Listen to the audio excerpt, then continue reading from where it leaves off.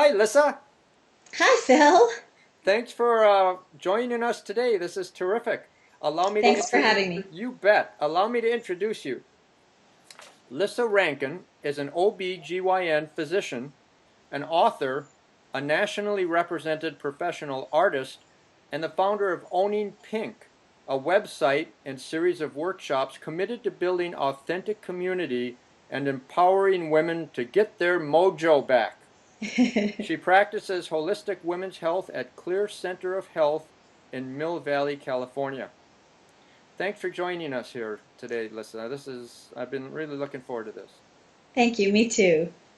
Now, on your website, owningpink.com, you say that no single identity defines you, that you are more than what you do. I can definitely relate to that. In your view, how does someone take the steps to rid themselves of the stereotype of being what they do? Well, I think we're raised from the beginning of time, from the time we're little children. People say, "What are you going to be when you grow up?" And you don't answer things like, "I'm going to be an enlightened being." You say, "I'm going to be a fireman," or "I'm going to be a lawyer," or "I'm going to be a teacher." And so we're raised, I think, to believe that we are what we do from the time we're children. And, I think many of us, I was teaching a workshop at one point, and there was a young woman who was about 29, and she said to me, "I'm 29. I'm supposed to be something by now." And she was doing many things with her life, and I had her sit down and make a list and write down exactly all of the things that she is. Not so much what she does, but what she is. And she wrote a whole list of about 30 things. And I said, "You are all of those things already." And it was this profound moment for her in realizing that she didn't have to break it down to define herself for one thing. I jokingly call it finding your slash, which comes from one of the women that I was casting in an art project where I've been casting women with breast cancer. And this young woman said to me when I asked her, how she spent her time, she said, "Well, I'm a biologist and I do environmental consulting, but I'm still trying to find my slash." And she said, "Like you're a doctor slash artist slash writer."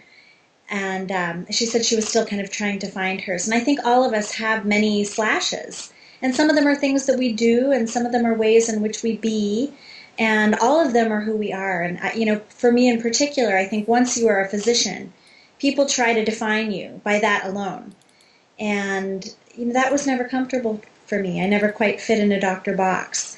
And so it's really been for me about learning to integrate all of those pieces of myself and not trying to diminish myself by being any one thing. And I think all of us are that way. That's true. That's very well said. I think that's important, and a lot of people need to hear that too. Now, you call your website Owning Pink, a gutsy guide to getting your mojo back.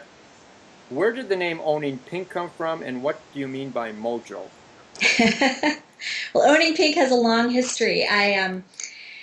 This was my 35th birthday, and I'm 40 now. So about 5 years ago, a girlfriend of mine was 7 months pregnant, and it was my birthday. And at my birthday party, her husband came up and said that he was in referencing his little girl that was about to be born. He said, "My daughter is never going to wear pink. She's going to be a feminist. She's going to be empowered. She's going to wear blue and red and purple and green, and she's going to be president." And it was my birthday party, and I was there decked head to toe in pink. I was wearing a pink sundress. I had a pink hat on. I had pink fur sandals. And I put my hands on my hips and gave him what I call a piece of pink whoop-ass and said, "You tell your daughter she just has to own pink." So it ended up spawning this whole series of art that was this very kind of girly chick art. That I never intended to show in any of my galleries. The work that I was showing in galleries was this kind of sophisticated abstract work, but I did this very girly art that I was showcasing just in my office, and my galleries got wind of this art, and they started having group Owning Pink shows for the women in the galleries, where they'd ask the women artists to interpret the term Owning Pink. And so it led to this whole series of art shows where people were doing this like wild pink art, and people would show up at these gala openings with men in pink boas and women in pink bras and kind of this whole costuming of pink. And it got to the point where it was really making me crazy, because that wasn't at all what Owning Pink was about for me. It was really, it was coming to evolve into something different. And I kept joking. I started making art that said "Kill Pink," because it just had kind of run down this one stream, and I wasn't intending that. So I kept trying to put the brakes on it. But at some point, I recognized that what was resonating with people was that there was this part of pink that people really wanted to own, and that it wasn't about the color, and it wasn't even about being female, that it was something else. And it took me a while to figure out really what that was. And my work came to evolve in the process of trying to integrate all of these different facets of who I am and what it is that I do and the way in which I am being in the world, to try to bring all of these things together, the women's health, the artistic and creative expression, the spiritual seeking side of me, and really the writing, because I was working on a book at the time. So being a mother, all of these things were kind of coming together for Pink. And the term mojo, I don't know why it came to me as the essence of it. I guess in part I wanted to talk about some of these things that tend to be more serious, and I wanted to give it a lighter tone, because I think sometimes when we start talking about transformation, and that's really what you and I are both in the business of, Phil, is, in the business of transformation, which sounds really, really funny to even try to break it down or put it into a box. But I wanted to reference that passion of mine and that intention that I was setting for the website without making it so stuffy. So mojo, sort of, going back to the Austin Powers version, was all about kind of, getting your game on and your sexual prowess and that sort of thing. And obviously that's not what mojo means to me. At one point I asked my community to define mojo, and there's a post that I love called "What is Mojo?" on Owning Pink. That's basically the whole community's definition. And the beauty of the word is that mojo is whatever you need it to be. So one of the questions that I tend to ask my patients and within the community when I'm working one-on-one with individuals is, what's missing in your life? And mojo tends to be that which you may be missing. So for some people that may be health. It may be your health mojo. It may be your sexual mojo. It may be your creative mojo. It may be your spiritual mojo.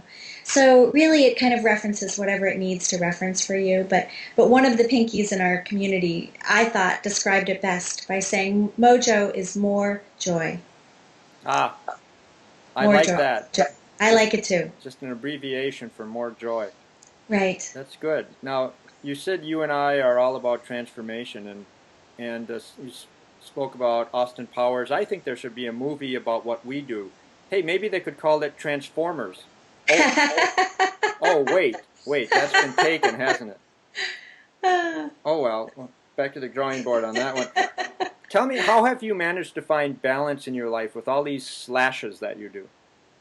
It's a constant struggle, Phil. It really is. I wake up every morning fully aware of the fact that balance is something that I struggle with.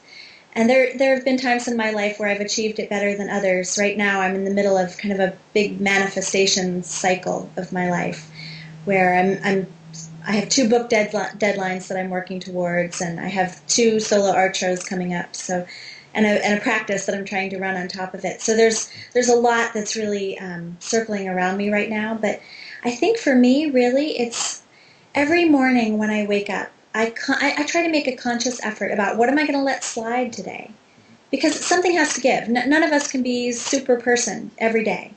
You may be able to accomplish many things and be able to try to find balance in your life when you look at it over the course of a month or over the course of a year. But what I find is that in the course of a day, I can't be so balanced.